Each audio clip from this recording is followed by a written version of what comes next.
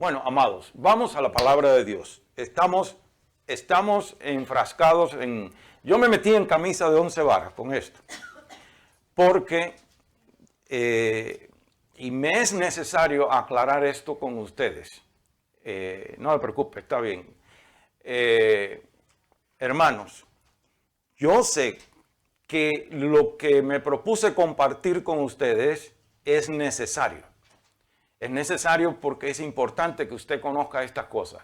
Pero a la misma vez me vino una sobrecarga de preocupación porque me doy cuenta que lo que he estado compartiendo en cuanto a esto del complot, del ataque contra la Biblia, contra la palabra de Dios y de la adulteración a la palabra de Dios,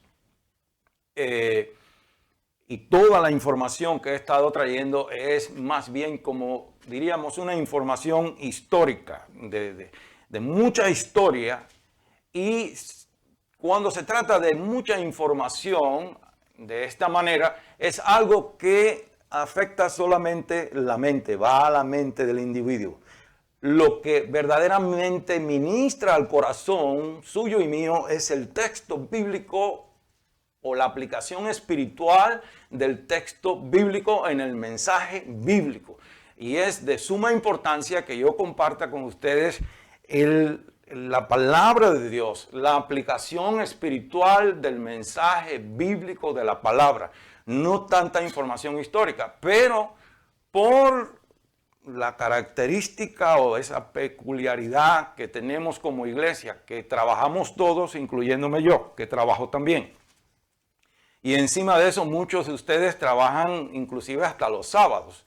Entonces, si no hago esto el domingo, solamente 2 o 3 personas o un grupo de personas, 12, 15 personas que nos reunimos a veces los viernes, 12, 15 personas, 20 personas lo máximo el viernes, recibiría este estudio, esta información importante. Por eso yo sentí traerla el domingo, pero después que comencé me sentí pues sobrecargado porque dije, le estoy trayendo a la iglesia tanta información que realmente afecta a la mente, es decir, llega a la mente del individuo, pero no transforma el corazón como el mensaje bíblico, ese mensaje espiritual bíblico aplicado y sembrado por el Espíritu Santo. Pero como dice mi papá, si estás montado en el caballo, hay que darle espuela hasta que salga al otro lado. Pues vamos a terminar esto y todavía falta lo otro, porque yo siento en mi corazón que es importante que usted lo sepa. Ahora bien, lo que sí resolví con la ayuda del Espíritu Santo es que en una cáscara de nuez les voy a compartir con ustedes esto. Es decir, lo que pudiera tomar 3 domingos lo vamos a hacer en un solo domingo. Vamos a resumir a un solo domingo para salir de esta parte y entrar de nuevo en lo que es la palabra de Dios en sí, que es lo que nos va a transformar, nos va a cambiar, va a hacer de nosotros verdaderos discípulos y discípulas del Señor Jesucristo. Entonces, vamos por favor a la Biblia, vaya ahí a su Biblia, si usted la tiene en el celular, pues en el celular, pero vamos a la palabra de Dios en Apocalipsis capítulo 22 y verso 18 al 19. Recuerde que estamos hablando en contra. Nosotros denunciamos y refutamos el atrevimiento de quitar y añadir a la palabra de Dios, de adulterar la palabra de Dios. Dice aquí la palabra, en el nombre del Padre, del Hijo y del Espíritu Santo. Yo testifico a todo aquel que oye las palabras de la profecía de este libro. Si alguno añadiera a estas cosas, Dios traerá sobre él las plagas que están escritas en este libro. Y si alguno quitare de las palabras del libro de esta profecía, Dios quitará su parte del libro de la vida y de la santa ciudad y de las cosas que están escritas en este libro. Padre, te damos gracias por tu palabra y te damos gracias por tu Espíritu Santo, quien ilumina nuestro entendimiento y prepara nuestro corazón para que tu palabra haga en nosotros la transformación y la santificación que es necesaria. Gracias porque sabemos que tu palabra jamás retorna atrás vacía. Te damos gracias por tu Hijo amado, nuestro Señor Jesús, quien derramó su sangre preciosa para salvarnos de nuestros pecados. En el nombre de Jesús, amén. Puede tomar asiento, amado hermano. La semana pasada, pues estuvimos hablando de ese atrevimiento de los... Esto comenzó, obviamente sabemos que el primer ataque contra la palabra de Dios comenzó, ¿dónde? En el huerto, allá con la primera pareja, cuando la primera mujer y el primer hombre decidieron creer la mentira del diablo. Ellos creyeron que era posible sobreponerse a la palabra de Dios, cuestionar la palabra de Dios, juzgar la palabra de Dios y peor aún, no creer la palabra de Dios.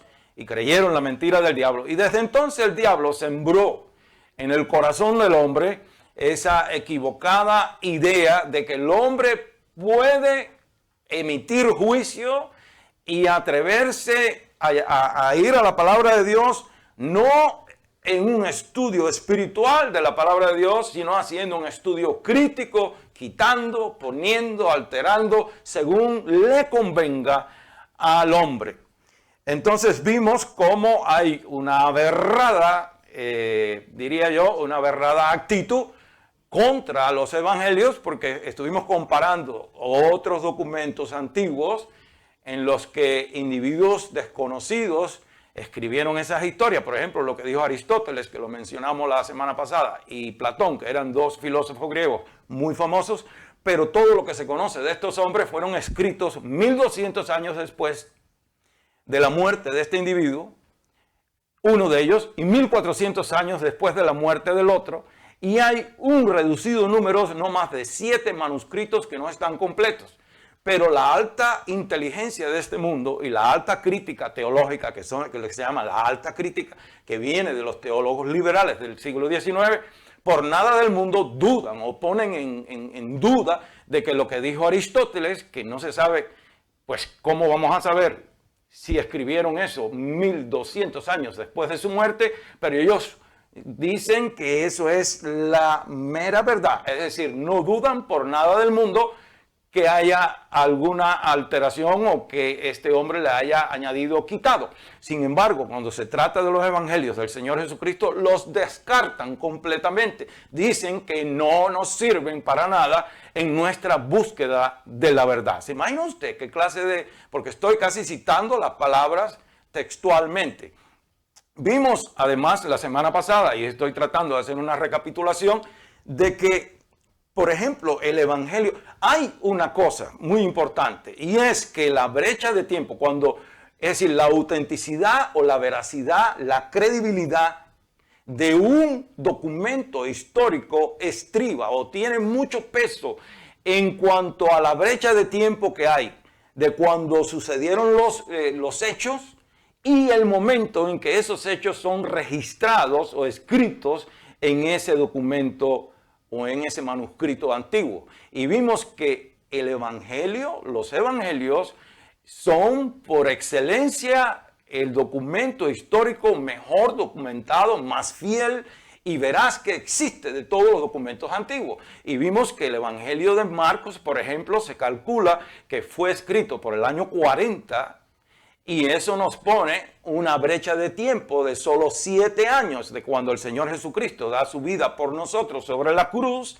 Y Marcos escribe el evangelio que lleva su nombre, y mucho más aún aumenta pues el peso del testimonio de ese documento, que es escrito por un hombre que anduvo, que caminó con Cristo en su ministerio terrenal. 3 años anduvo con él, es decir, es un testigo ocular de los hechos. No es un desconocido 1200, 1400 años después, pero con todo no se quiere pues aceptar la realidad y la validez del evangelio del Señor Jesucristo. Sabemos también que el evangelio según Marcos fue escrito más o menos a finales del año 50 después de Cristo.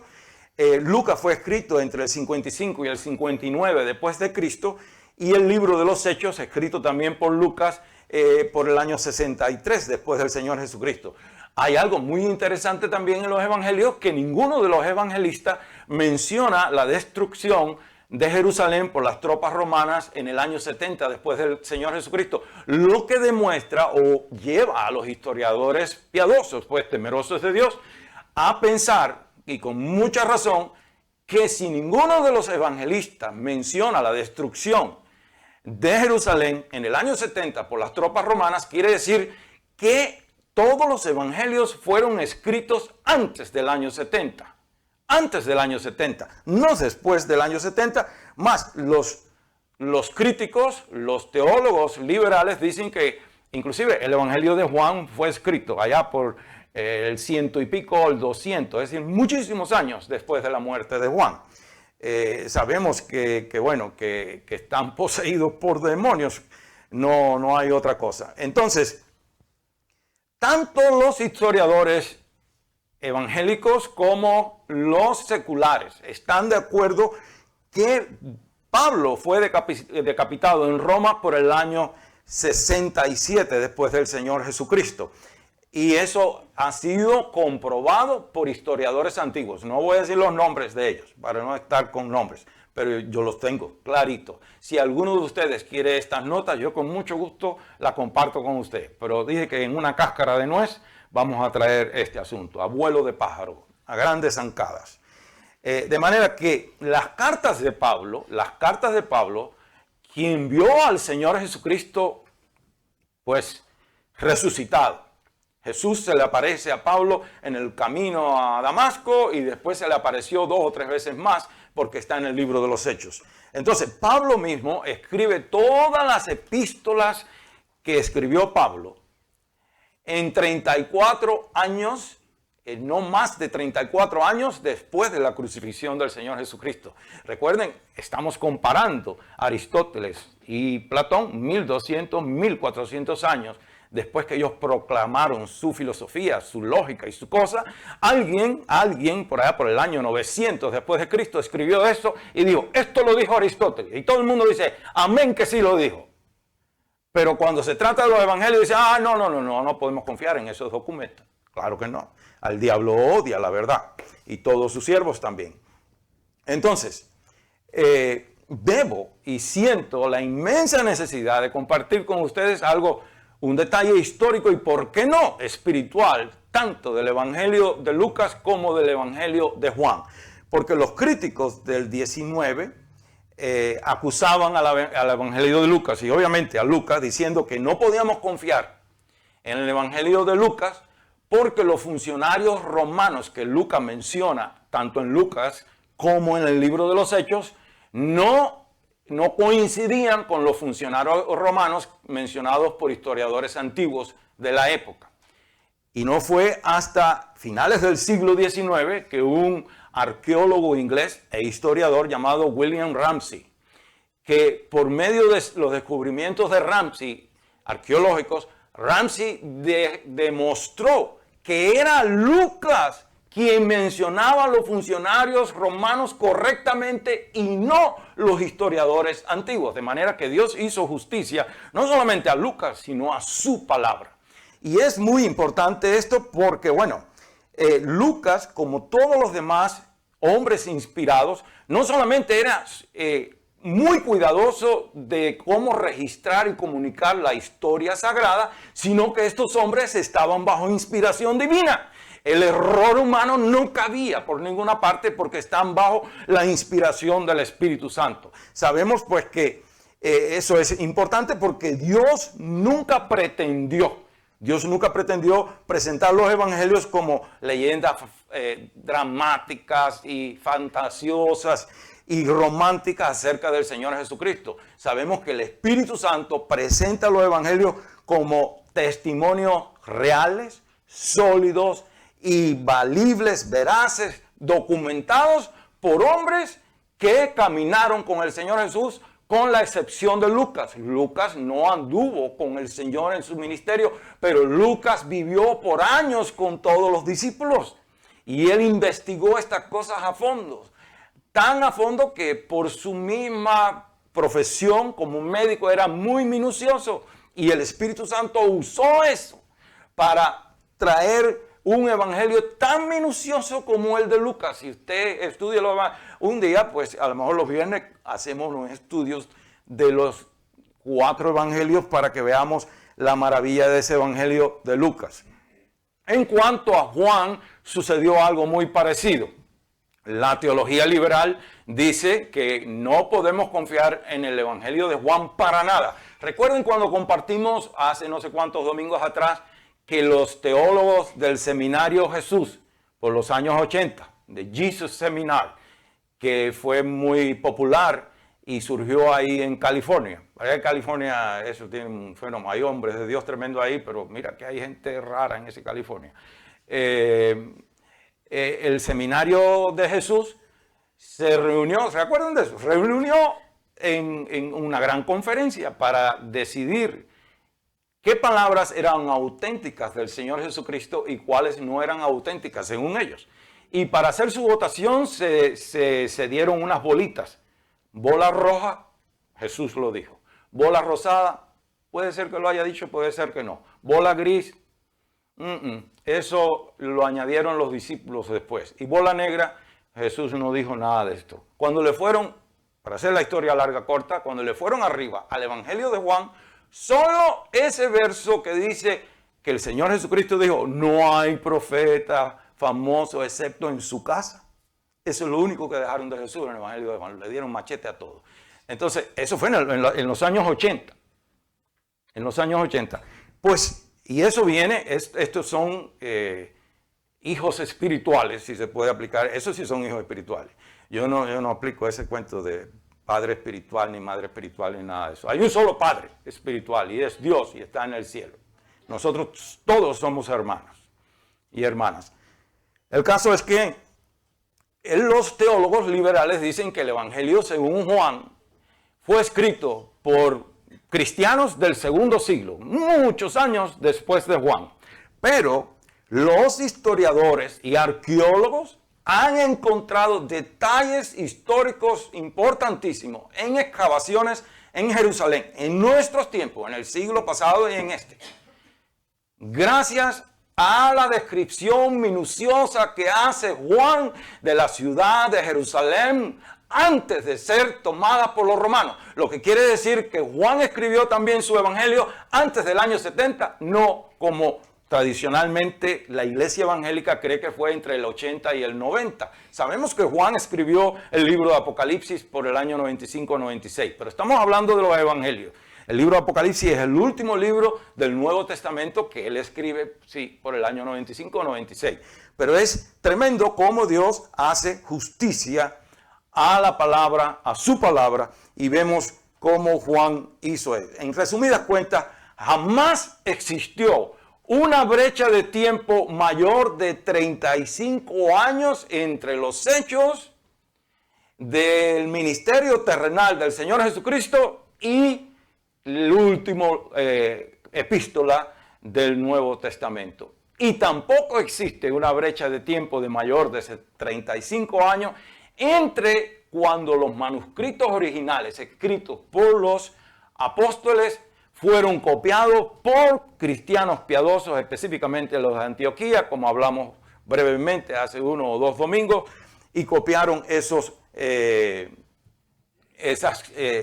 textualmente los manuscritos originales a los otros manuscritos que siguieron. Y gracias a Dios han sido recuperadas algunas de esas copias por arqueólogos de nuestros tiempos, del siglo, específicamente del siglo XX. Permítame citar palabras de un hombre muy reconocido internacionalmente como una eminencia en la examinación de textos antiguos, de manuscritos antiguos. Estoy hablando de cuando se escribía en pieles de cabras o de ovejas o en papiros, bien para allá atrás, inclusive antes del Señor Jesucristo. Este hombre se llamó Sir Frederick Kenyon, era inglés y también se le conoce como la máxima autoridad en materia de manuscritos antiguos. Él dijo esto refiriéndose al Nuevo Testamento. Voy a abrir la cita y la voy a leer textualmente. Él dice: el intervalo de tiempo entre los textos originales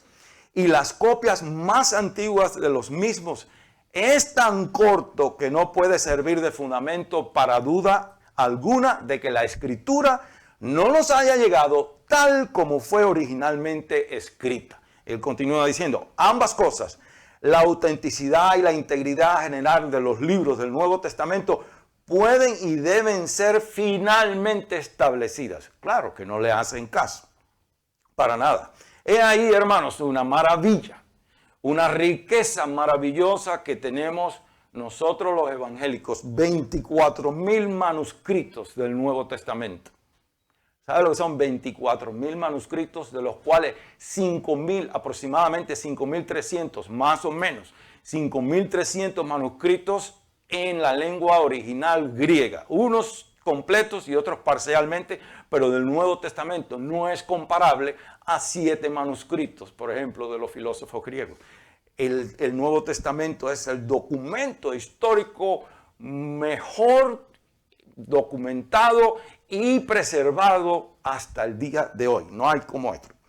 Entonces, esto demuestra no solamente la inspiración divina de la palabra de Dios, de esa Biblia que usted tiene ahí, sino también la preservación de la palabra de Dios por medio del Espíritu Santo para que usted la tenga hoy, usted y todo el que la ame, todo el que la respete, todo el que la aprecie, la tiene al alcance de su mano. Máxime aquí en este país. Y obviamente también los críticos, ellos se armaron también de argumentos diciendo que, bueno, que no podíamos confiar en el Evangelio porque al fin y al cabo del Señor Jesucristo no se habla absolutamente nada fuera de los evangelios. Eso también los puso en ridículo porque hay 7 escritores antiguos y hay también un documento que se conoce como ¿cómo se llama? El Talmud babilónico, que recoge historia desde el año 70 hasta el 200 después de Cristo. Todo el Talmud babilónico y 6 historiadores más de la antigüedad, entre ellos Josefus, que vivió del año 37 al año 100 después de Cristo, registran no solamente el nacimiento, sino el ministerio y la muerte del Señor Jesucristo. Es decir, que hay suficiente evidencia en la historia antigua de la vida y ministerio y muerte del Señor Jesús, y nosotros sabemos por la palabra también de su resurrección. No vamos a pretender que aquellos hombres vayan a confirmar la resurrección de Jesús, porque ni él mismo se preocupó de demostrarle a los enemigos en Jerusalén que él había resucitado, sino que se le apareció a los que habían creído y los que habrían de creer. Recuerde que el Señor Jesucristo dijo que las perlas del reino de los cielos no se le echara delante de los cerdos. Y todos aquellos que despreciaron al Señor Jesucristo son unos cerdos espirituales. Andarán en 2 patas, pero espiritualmente andan en 4 patas, osando el lodo del infierno. Entonces, el caso es que los teólogos liberales, en un acto deliberado de hacer daño, han tergiversado la Escritura, le han quitado, le han aumentado, han hecho horrores para desacreditar la palabra de Dios. Y pues he dicho, y lo repito, que el plan de la teología liberal, es facilitar una teología humanista y una Biblia adaptada a la conveniencia del hombre, para que todo el que quiera usar esa Biblia la use para cualquier cosa, menos para someterse a Dios. Y nosotros sabemos que el Espíritu Santo siempre va a usar la palabra de Dios para moldearnos, para limpiarnos, para confrontarnos con nuestro pecado, porque si el Espíritu Santo no nos redarguye a nosotros de nuestro pecado, ¿cómo seremos libres de él? Si usted no sabe que está en un error, ¿cómo usted va a poder arreglar su vida? Si usted agarra la 90 hacia Live Oak, pero realmente usted necesita ir para Lake City, si no hay alguien que le diga, oye, vas en el camino errado, usted va a terminar allá y ha perdido todo ese viaje. Y cuando se trata del cielo y del infierno, cuando llega al infierno, no hay regreso. Ahora sí, usted llega a Live Oak y vira de nuevo, pero no en la carrera espiritual. Entonces el Espíritu Santo siempre va a usar esa palabra para corregirnos. ¿Que no lo dice la Escritura? Que es para enseñarnos, para corregir, para instruir, para redarguir, para instruir en justicia, a fin de que el hombre y la mujer de Dios sea ¿qué? Perfecto y enteramente preparado para toda buena obra.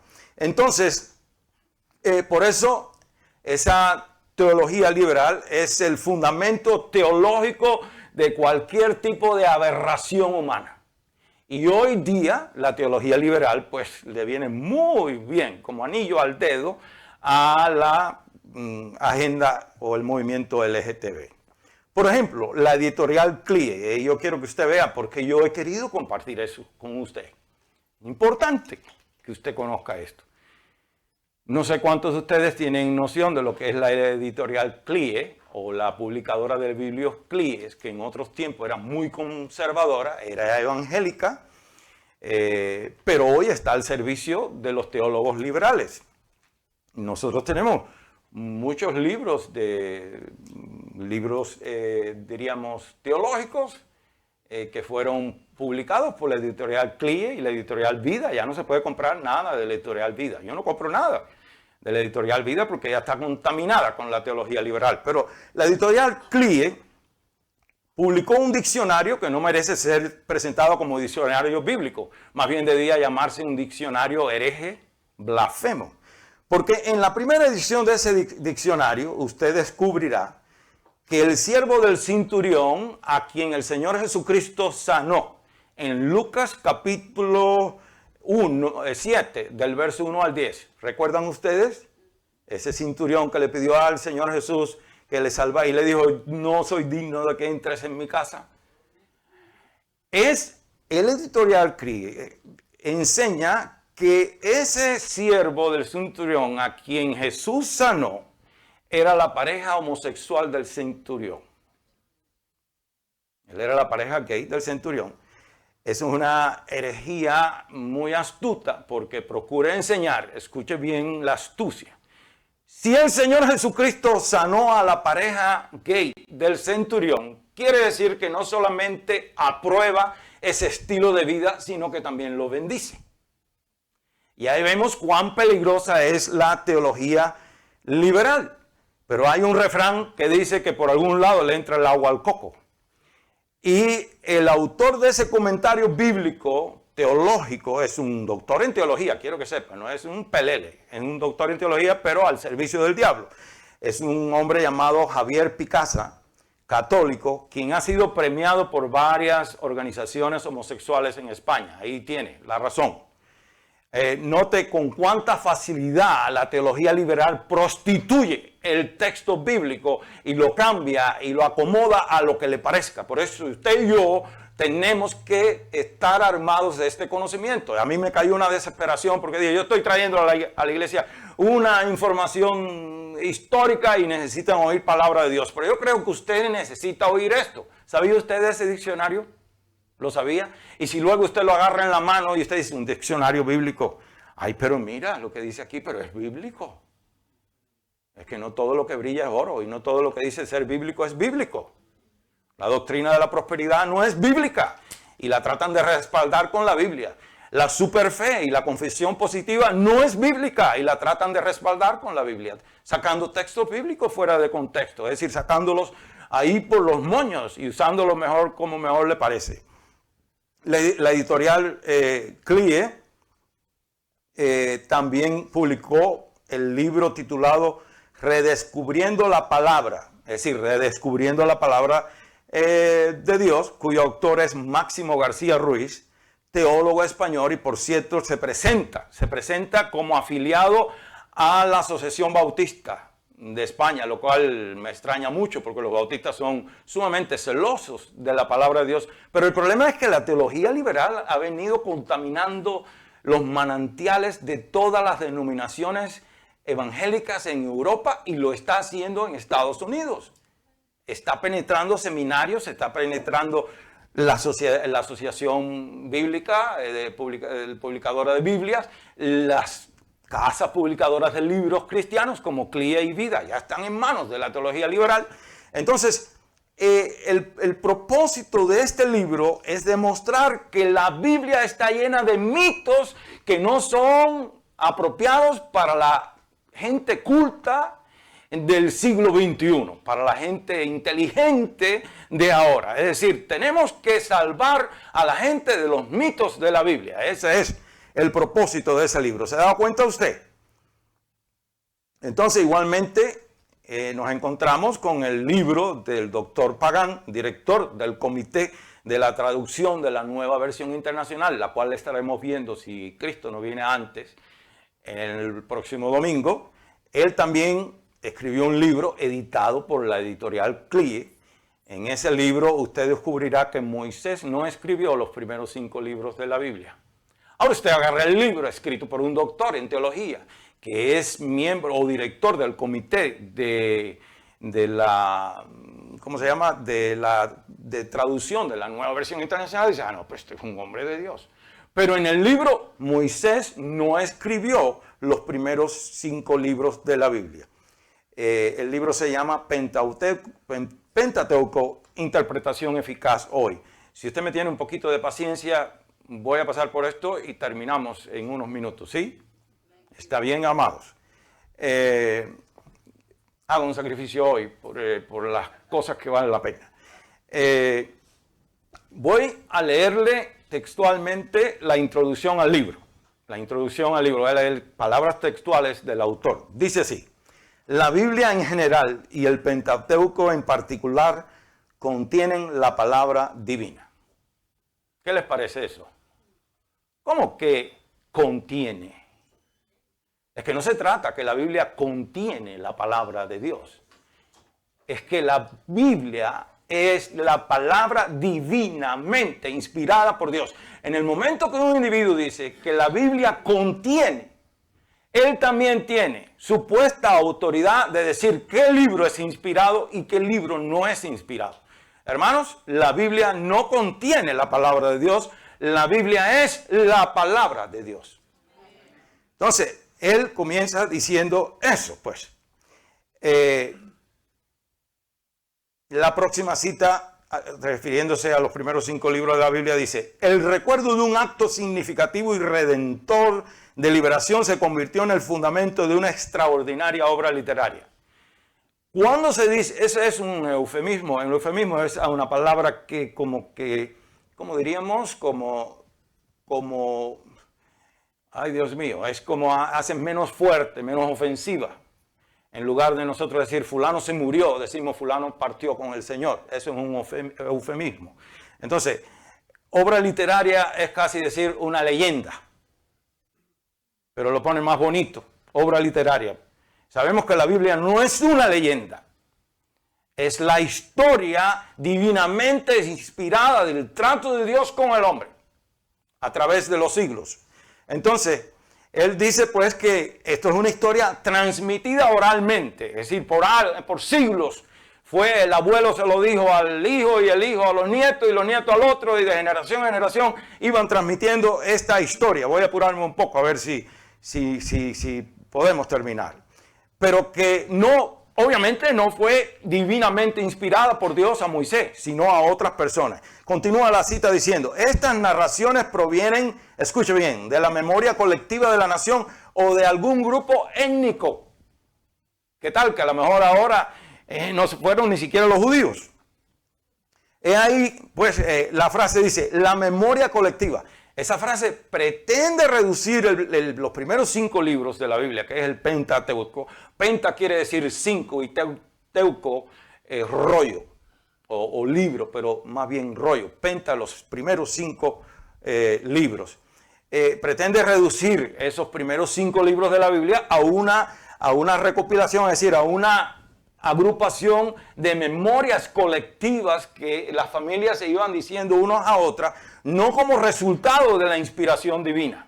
¿Se da cuenta? Próxima cita dice: evidentemente las narraciones del Pentateuco se han dispuesto como una gran historia de los orígenes del pueblo de Israel. Prácticamente, pues está diciendo lo mismo que arriba. Pero las 2 citas que siguen se encargan de darle el golpe de estado a Dios y a Moisés. Porque en ellas dice la finalidad de los escritores y redactores de la obra. ¿Qué está diciendo, hombre? Si hubo escritores y redactores, Moisés no está ahí en el plan. La finalidad de los escritores y redactores de la obra es presentar la historia nacional de forma coherente y organizada. Note esa frase, pues, escritores y redactores, no Moisés, ni mucho menos el Espíritu Santo, quien inspiró a Moisés. escritores y redactores, es decir, hombres desconocidos y peor aún, no inspirados, escribieron, según él, los primeros 5 libros de la Biblia. La última cita dice, los autores y redactores de estas narraciones no articulan el mensaje bíblico desde las comprensiones históricas y científicas actuales. ¿Se da cuenta? Estamos científicamente por encima del conocimiento bíblico, inclusive del Espíritu Santo. Entonces, ahí prueba que la teología liberal del siglo XIX está vivita y coleando y muy activa en este tiempo presente. Está penetrándolo todo y quiere eliminar la fe completamente. Desde mediados del siglo XVIII y todo ese siglo XIX, pues los teólogos liberales han criticado y ridiculizado a toda persona que sostiene que Moisés que Dios escogió a Moisés y lo inspiró para escribir los primeros 5 libros de la Biblia. Los han ridiculizado e inclusive ellos se elaboraron una teoría. Ellos le llaman a esa teoría la teoría de la hipótesis o la teoría documentaria. Y ellos la clasifican como el documento JEDIP. Lo que están diciendo en general, hermanos, es que los primeros 5 libros de la Biblia fueron escritos por 4 hombres desconocidos y un hombre allá por el 200 antes de Cristo, es decir, 1195 años después de Moisés. ¿Están oyendo? 1195 años después de Moisés, un hombre se le ocurrió entonces editar todo eso y hacer una sola historia. Esa es la teoría de ellos. Esa teoría, pues, ya lo digo, se le conoce como la teoría documentaria, pues son 4 documentos. Esa teoría es promovida y aprobada por comentarios bíblicos, revistas religiosas y sitios en la web.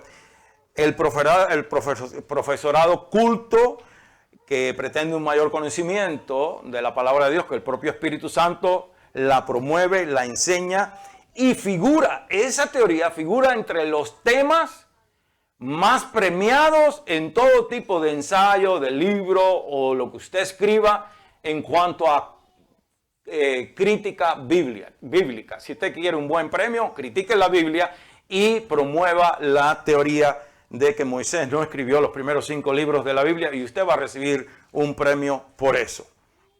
En su libro Las guerras de Darwin, un tal Andrew Brown menciona en entrevista con un rabino judío llamado Jonathan Sacks, que es un doctor en teología, y Jonathan Sacks defendió el hecho de que Moisés escribió los primeros 5 libros de la Biblia, a lo que Brown lamenta diciendo, escucha lo que él dice, esa es la cosa más chocante que he escuchado decir a un hombre inteligente. ¿Se imagina? El daño, hermanos, está hecho. El daño está hecho no para nosotros los que creemos y permaneceremos creyendo. El daño está hecho para los que aún no conocen la verdad y los nuevecitos. Si nosotros no somos responsables. Por eso usted y yo somos responsables de sembrar esta palabra en esos inocentes, en su casa, aquí, donde quiera que estemos parados. Ahora bien, ¿por qué esta herejía es tan dañina? ¿Y por qué nosotros no la podemos aceptar? Porque ellos se han armado de una excusa muy astuta para justificar esto. Ellos dicen, realmente no importa quién escribió los primeros 5 libros de la Biblia, mientras que creamos que fueron inspirados. Escuche bien. Y eso tiene un poco de verdad porque sabemos que hay otros libros de la Biblia que aún no hemos llegado a un acuerdo o no han llegado a acuerdo. Uno de los teólogos que saben de todo esto, pues quién escribió, por ejemplo, no sabemos quién escribió todavía la epístola a los hebreos. Unos dicen que fue Bernabé, otros que fue Pablo, nadie sabe. Pero no es ningún problema. Eso no representa un problema doctrinal de que usted se vaya a perder o lo que sea. Pero ¿por qué no pensamos así cuando se trata de los primeros 5 libros de la Biblia? Es decir, a nosotros los que nos aferramos que Moisés escribió los primeros 5 libros de la Biblia, ellos nos llaman a nosotros fundamentalistas, conservadores, anticuados, ignorantes, incultos, ridículos. Sí, nosotros los incultos, los ridículos, nosotros no consideramos necesario saber, pues, por ejemplo, a quién inspiró Dios para escribir la epístola a los hebreos. Tampoco armamos un fandango sobre quién usó Dios para escribir Primera de Reyes y Segunda de Reyes, o Primera de Crónicas y Segunda de Crónicas. Pero ¿por qué es tan importante que nosotros sostengamos y defendamos que fue Moisés y no 4 hombres desconocidos que escribieron los 5 primeros libros de la Biblia 1195 años después de Moisés? ¿Por qué es tan importante? Y cuando yo termine esto ya nos vamos a ir. ¿Por qué es tan importante, hermanos? Porque hay muchísimas citas y referencias bíblicas de que Moisés fue quien escribió los primeros 5 libros de la Biblia. Dice Éxodo 24:4, y Moisés escribió todas las palabras de Jehová. Y Éxodo 34:27, y Jehová dijo a Moisés, escribe tú estas palabras. Números 33:2, Moisés escribió sus salidas conforme a sus jornadas por mandato de Jehová. Deuteronomio 31:9, y escribió Moisés esta ley y la dio a los sacerdotes. En segundo lugar, y principal problema con el hecho de decir que Moisés no escribió los primeros 5 libros de la Biblia, es que si usted dice que Moisés no escribió los primeros 5 libros de la Biblia, usted está llamando a Jesús mentiroso o ignorante o ambas cosas, y los apóstoles, porque tanto el Señor Jesucristo como los apóstoles enseñaron que Moisés escribió los primeros 5 libros de la Biblia. Y si usted dice que Moisés no los escribió, entonces usted tiene que decir también, tarde o temprano, que Jesucristo no es el Hijo eterno de Dios, infalible, divino, y mucho menos no nos sirve de nada entonces. Porque si Jesús dice en los evangelios, hace referencia a Moisés como el autor de los primeros 5 libros de la Biblia. Es más, el libro que más cita el Señor Jesucristo en sus enseñanzas es el libro de Deuteronomio. Y si él se equivocó o mintió, entonces él no es el Hijo eterno de Dios. Ahí está el gran problema. Cuando un individuo dice que Moisés no escribió los primeros 5 libros de la Biblia, está diciendo Jesús tampoco es el Hijo eterno de Dios. No es tanto el problema que niega a Moisés, sino que está negando la deidad del Señor Jesucristo. Y yo tengo que cumplir con lo que acabo de decir. No he terminado, pero vamos a estar en pie para orar y poder salir. Hermanos, nosotros tenemos que estar con, como decía mi suegro, con el ojo al Cristo. Y tenía mucha teología eso, con los ojos fijos en el Señor Jesucristo, porque si usted se duerme, camarón que se duerme se lo lleva a la corriente. Y no la corriente de un río, sino la corriente del diablo al infierno. Nosotros no podemos aceptar que un doctor en teología ahora nos venga a decir, no, este libro no es, Jonás es una leyenda, no es un libro inspirado. Imposible, no hay pez en el mundo que se pueda tragar un hombre que esté ahí 2, 3 días. 3 días metido en la barriga del pez. Pero si Dios así lo determinó, así fue y punto. Yo creo lo que la Biblia dice. Aunque me llamen ridículo, inculto, religioso, anticuado, lo que sea, pero seré todo eso, pero lo seré para la gloria del Señor Jesucristo. Le damos gracias a nuestros hermanos y amigos que por la gracia de Dios también comparten con nosotros la palabra de Dios. Perdone que hoy poco tiempo le dediqué a ustedes, pero una cosa les quiero decir, Jesucristo le ama. Jesucristo le ama. Él dio su vida por usted. Él murió sobre la cruz para que usted también sea libre de sus pecados. Si usted aún no conoce al Señor Jesucristo, yo le invito hoy a que usted le confiese como su único Señor y Salvador personal. Lo único que tiene que hacer es renunciar a su pecado. Si no renunciamos a nuestros pecados, no podemos nacer de nuevo. Pero el Espíritu Santo, si usted ha estado ahí hasta ahora, es porque el Espíritu Santo está tratando con su vida y Él quiere que usted sea salvo. Ahora mismo, si usted está dispuesto o dispuesta, diga conmigo: Señor Jesucristo, reconozco que soy una pecadora o un pecador. Yo quiero servirte. Yo quiero que tú seas mi Señor y mi Salvador. Te recibo en mi corazón en esta hora. Te confieso como mi único Señor y Salvador personal.